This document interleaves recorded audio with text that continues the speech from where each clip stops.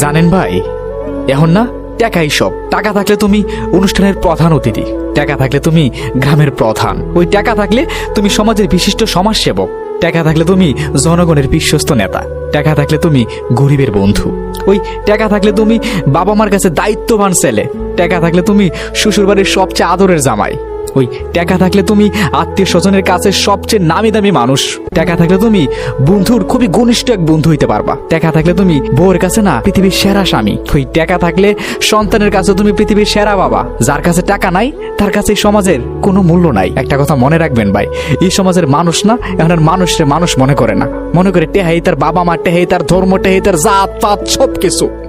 জানেন এখন মানুষ মরলে না একজনের দেখতেও যায় না, কেন লাগে জানেন? টেহা খরচ হইব।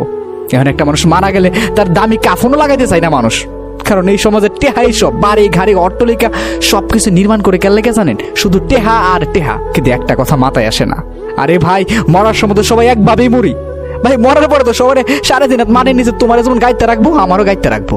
কই তখন তার বলেন টেহা গোলার কবস্থান স্বর্ণ দিয়ে বান্ধা নইব?